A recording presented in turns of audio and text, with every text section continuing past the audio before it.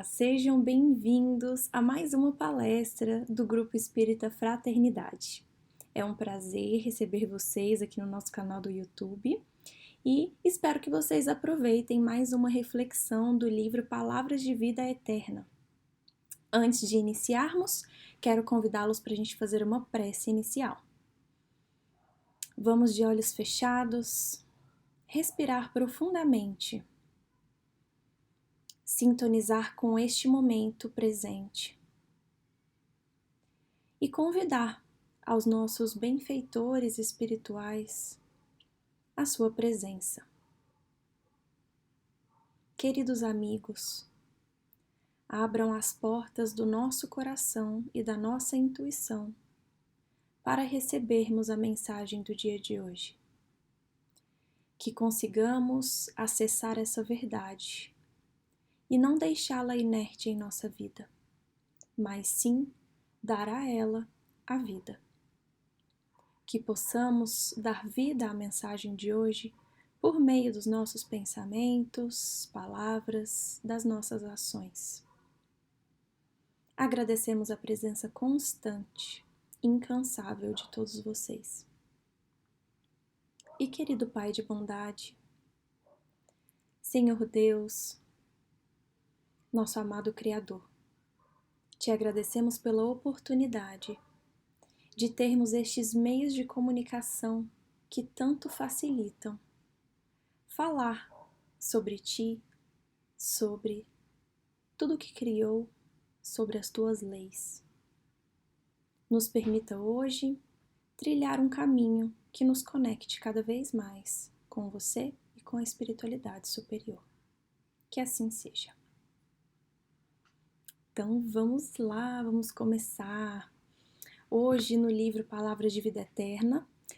Eu sou a Bárbara, para quem não me conhece, Bárbara Marra, é um prazer estar aqui e é sempre uma alegria muito grande ser convidada para fazer parte deste momento com vocês. E vamos lá então para o nosso capítulo.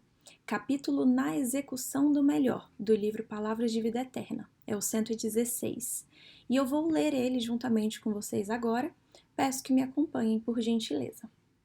Então vamos lá. Na execução do melhor. E o versículo bíblico que inicia o capítulo é uma carta de Paulo aos Hebreus, capítulo 10, versículo 24, que diz: Consideremo-nos uns aos outros para nos estimularmos à caridade e às boas obras.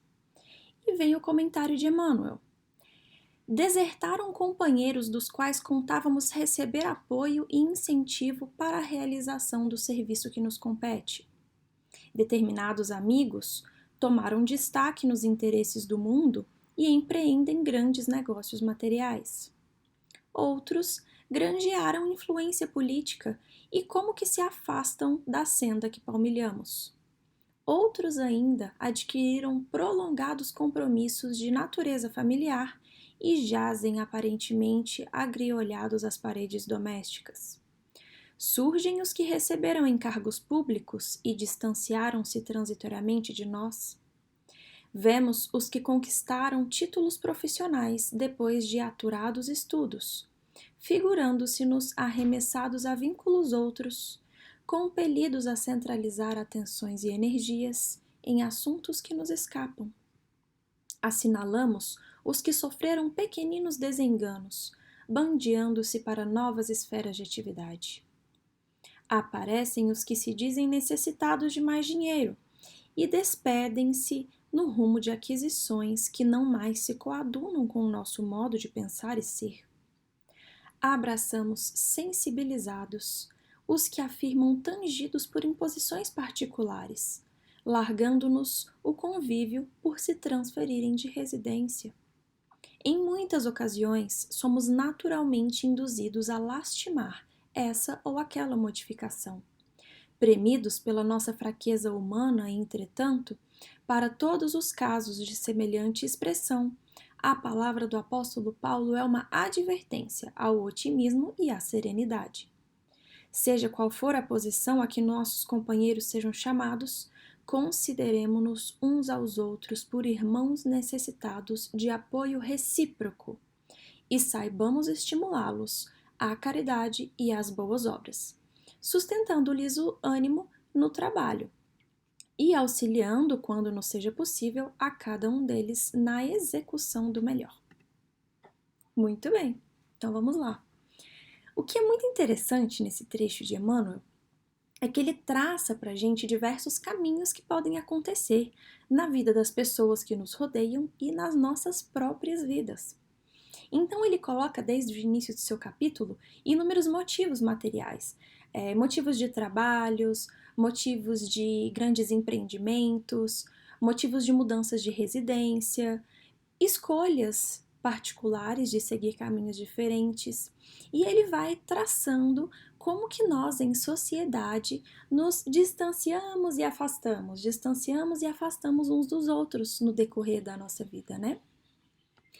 E ao final, quando ele termina de traçar todo esse caminho, né, de desencontros e reencontros, ele mostra pra gente que, na verdade, todas essas situações que acontecem com os nossos parceiros de vida podem nos trazer o quê? A lástima. Então, nós podemos nos condoer com essas situações. Nós podemos lastimar aquele amigo que resolveu ir por um caminho diferente do que estamos trilhando. Mas, entretanto, que essa lástima não é o caminho que deve ser seguido. Aí, logo em seguida, ele traz quem? O respeito um pelo outro. E ele traz o respeito pela frase consideremo-nos. O verbo consideremo-nos, no sentido de considerarmos alguém, é tomar essa pessoa por alto, é respeitar essa pessoa. Então, depois de traçar todo esse caminho que às vezes em um desses trechos a gente se lembra de alguma pessoa que nos dói o coração lembrar dessa pessoa por estarmos em caminhos diferentes, aí ele vem e diz: mas apesar disso tudo, consideremo-nos por irmãos necessitados. Por que ele traz isso? O que é tão importante nessa mensagem de Paulo? Não é por si só essa parte, né, do consideremo-nos. É a parte do respeito recíproco. Por quê? Quando a gente pensa no apoio recíproco que nós temos que ter com os nossos companheiros de viagem, nós entendemos que hoje é um deles e amanhã podemos ser nós mesmos. Então, por que somos irmãos necessitados de apoio recíproco? Porque um dia um entra por uma senda e ele precisa de um suporte, e no outro dia o outro entra na outra senda, numa senda diferente, precisa do mesmo suporte. No outro dia nós entramos em uma senda diferente e precisamos de um suporte. Frente a todo esse caminho trilhado por Emmanuel, nos cabe perguntar como agir então dentro de toda esses desencontros sociais que acontecem na nossa vida. E eu acho que não teria uma pergunta melhor a ser feita do que como que nós gostaríamos que os nossos amigos agissem se fôssemos nós nessa situação. Claro que imaginando que cada um pode fazer as suas próprias escolhas, não tentar a desistência da pessoa de entrar por aquele caminho, mas como agir pelo nome da amizade com essa pessoa. E a palavra que me vem, frente a isso, depois de estudar alguns livros, como O Código do Monte, do Sérgio Lopes, ele traz um pouco disso mesclado dentro do seu livro, é que a gente tem que reconhecer que os outros erram. Os outros escolhem caminhos às vezes precipitados, mas eu também erro. E quando eu reconheço que eu também erro, eu chego à conclusão de que a gente então pode se compreender dentro desses caminhos diferentes. Porque o erro dele e o meu erro, a gente não pode colocar em uma mesma régua de medida, né? Tem muitas coisas por trás, tem uma bagagem de vida por trás de cada um, tem uma interpretação de realidade diferente. Então, se eu consigo compreender essa pessoa, eu me coloco na posição de que nós somos semelhantes dentro do quê? Dentro das fragilidades, dentro das necessidades humanas. Se nós somos semelhantes, eu me rebaixo do julgamento que eu poderia fazer. No texto de Emmanuel, à medida que a gente vai lendo, é fácil julgar o que está acontecendo. Um se entregou à má política, o outro se entregou ao dinheiro, precisava incansavelmente buscar dinheiro. É muito fácil a gente olhar e julgar, falar, mas também, né? Mas também se entregou por dinheiro, mas também entrou na política sem ter se preparado antes. Não, não nos cabe essa posição de julgamento mental. Nos cabe a posição de rebaixamento e de compreensão. Se eu me rebaixo, eu cultivo a humildade dentro de mim.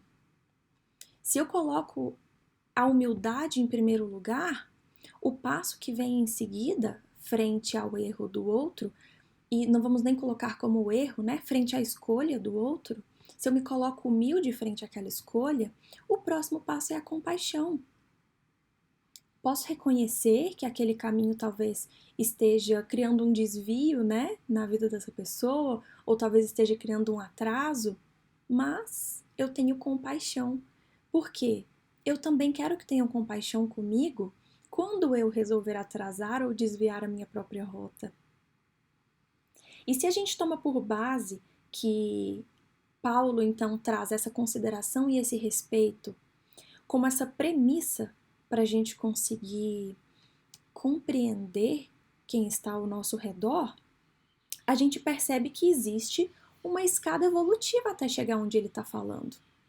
Porque ele diz ainda no final que nós precisamos estimular para a execução do melhor.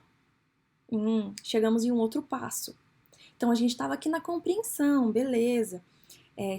Tive a humildade de me colocar na minha posição de fraqueza, tive a compaixão de entender a situação hoje do meu amigo, do meu irmão, mas ainda tem uma terceira fase, a fase da execução, a fase em que nós precisamos estimulá-lo, mesmo permitindo que ele entre por essa senda. Essa terceira fase, ela precisa já de um aprimoramento moral nosso. Ela não é fácil de ser levada. Vou pegar um exemplo prático. O exemplo de quando eu tive filho, né?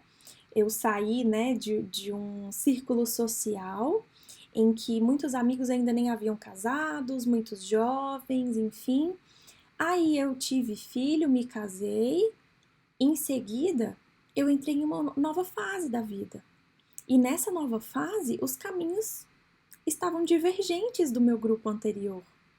E não que eles estivessem no caminho errado ou que eu estivesse no caminho errado, eram as escolhas.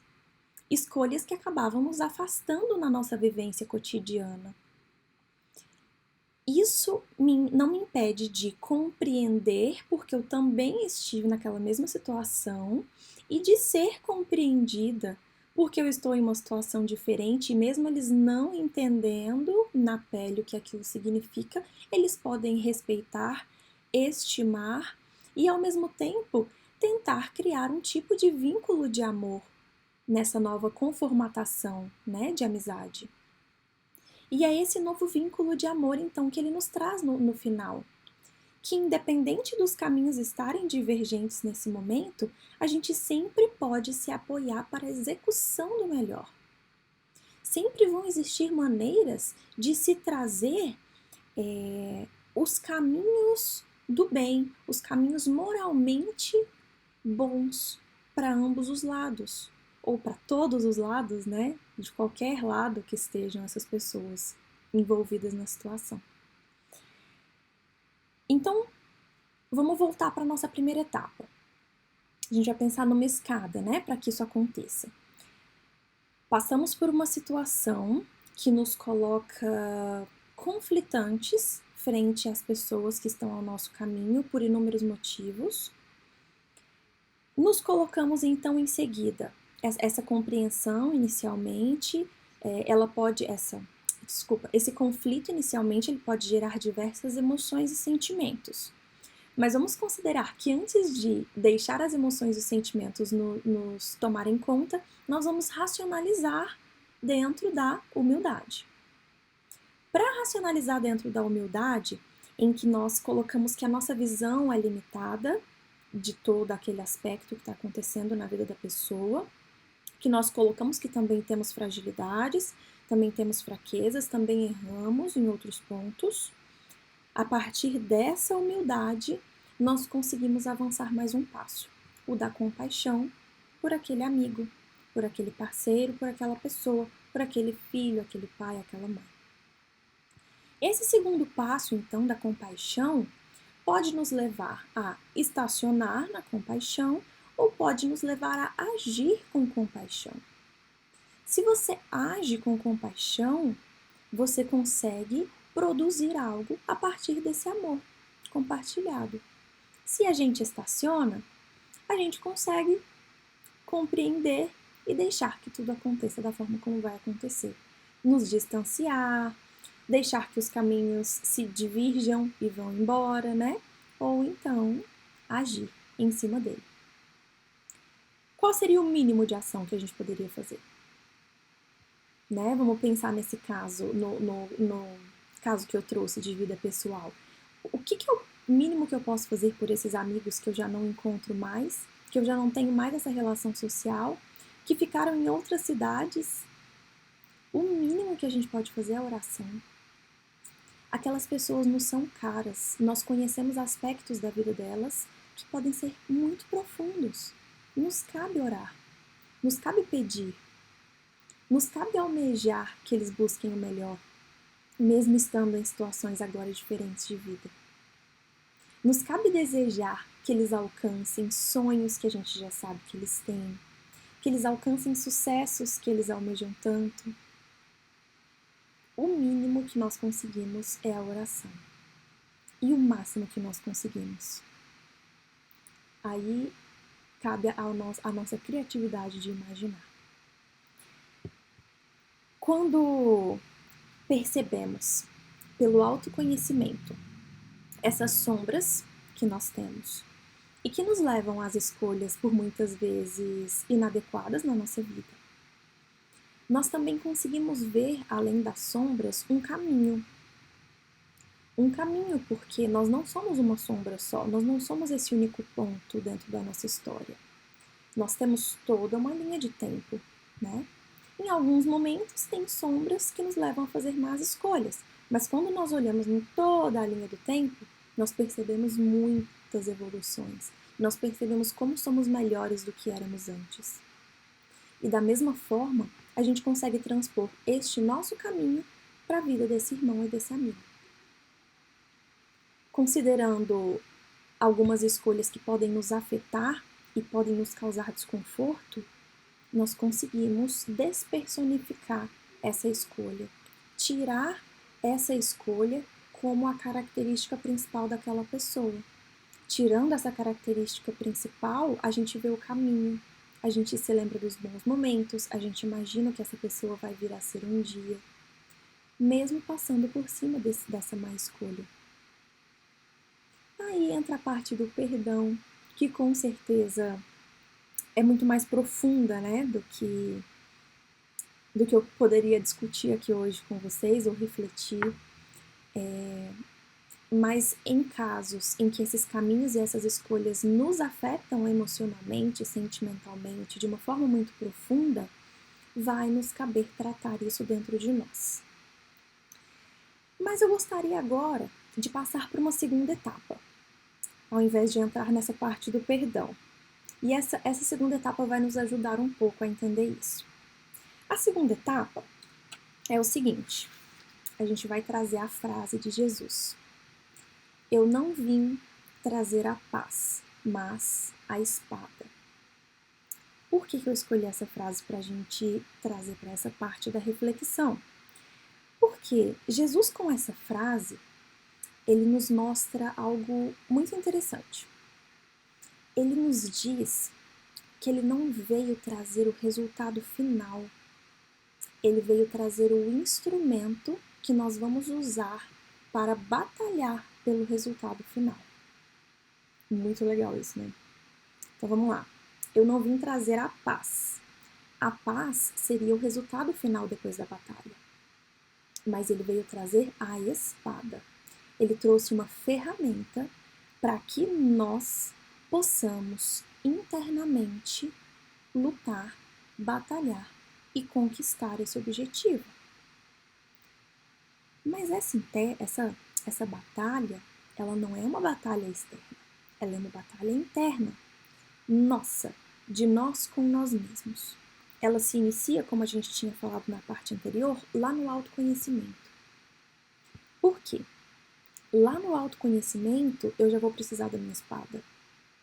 Eu já vou precisar da minha espada contra o meu próprio orgulho, de reconhecer essa fraqueza, de reconhecer essa fragilidade. Porque para eu chegar na humildade, eu vou ter que destruir um homem velho ali naquele caminho.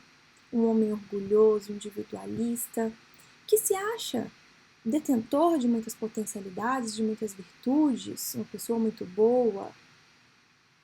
Eu vou ter que batalhar contra esse homem para me colocar para baixo e poder sentir a compaixão pelos que me cercam.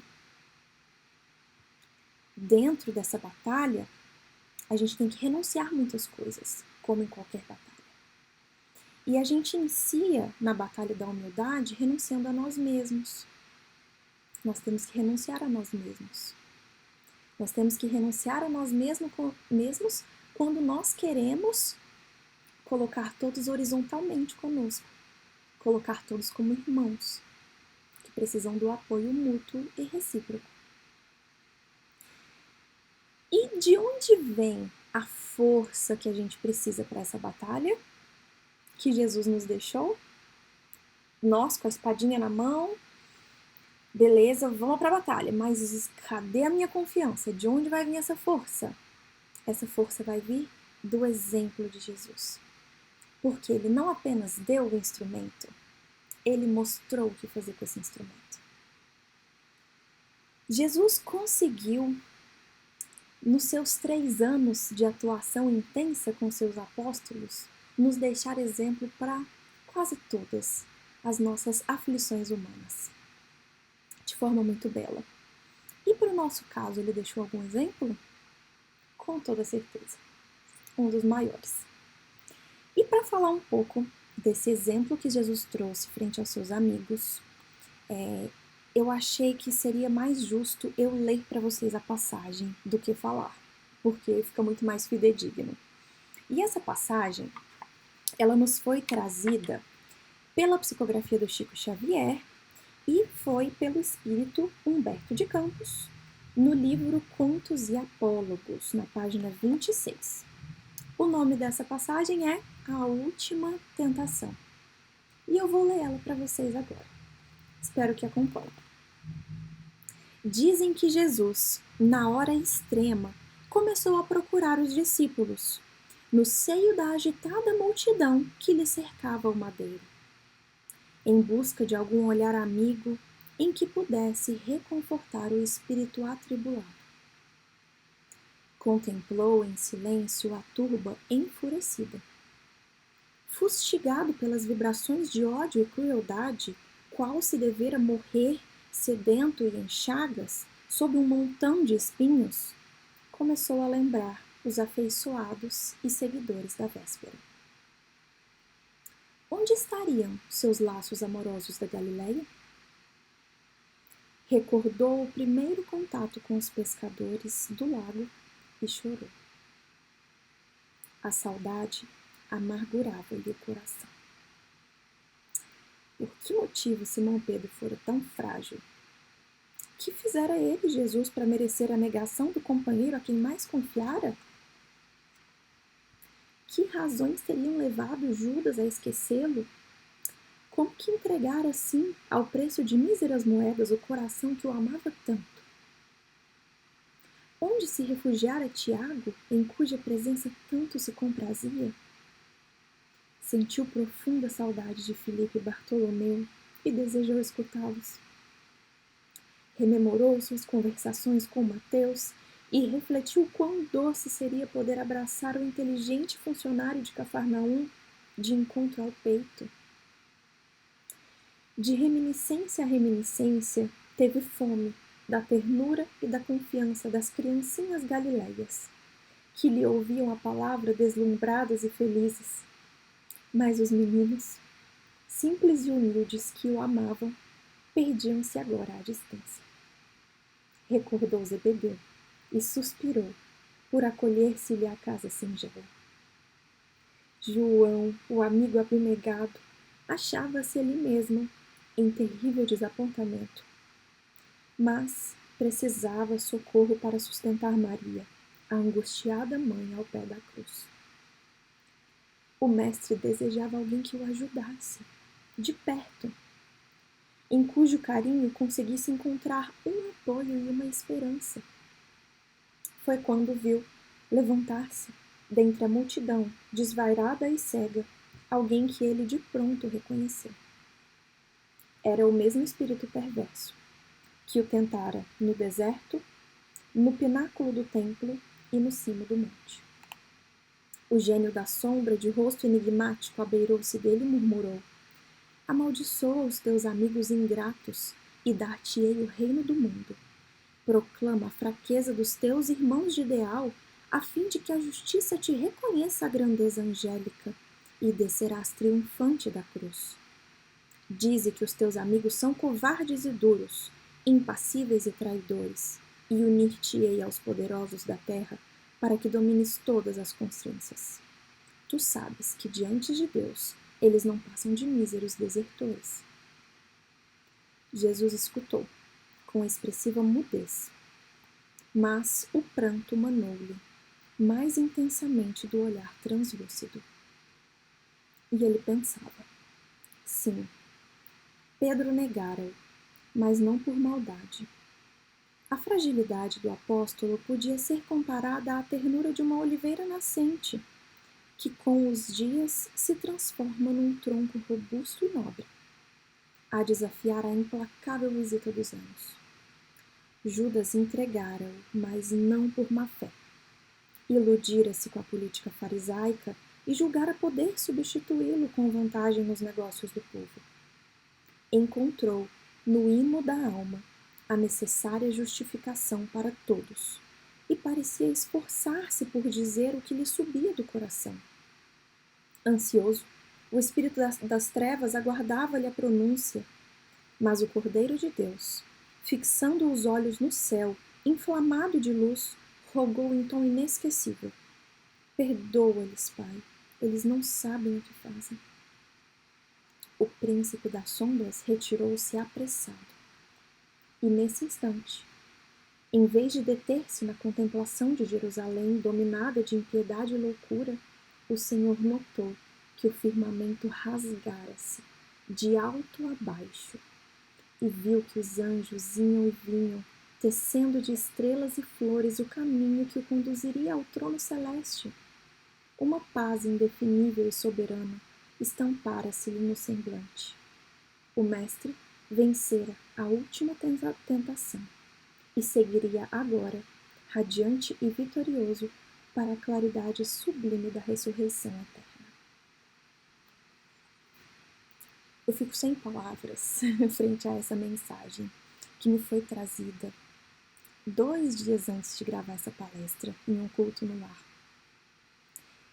E para mim, me faltam explicações para demonstrar o exemplo de Jesus frente a essa reflexão que fizemos aqui hoje.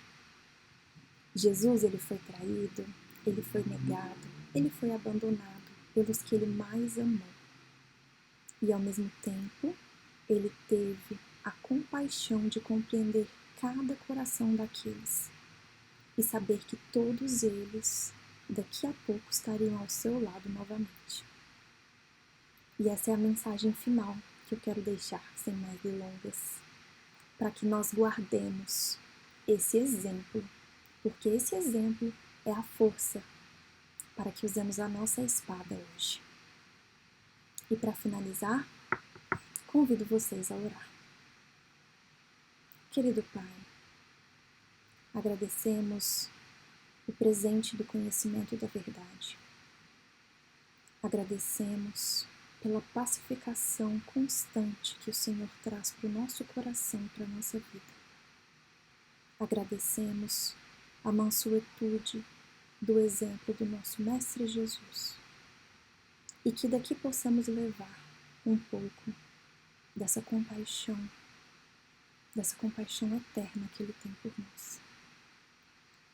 Que possamos multiplicá-la em cada pessoa que passar pela nossa vida, abraçando-os e estimulando a todos nós na execução do melhor. Que assim seja. Graças a Deus. Queridos, muito obrigada pela presença de vocês, pela atenção. Espero que todos possam guardar em seus corações esse exemplo do nosso Mestre Jesus. Um grande abraço.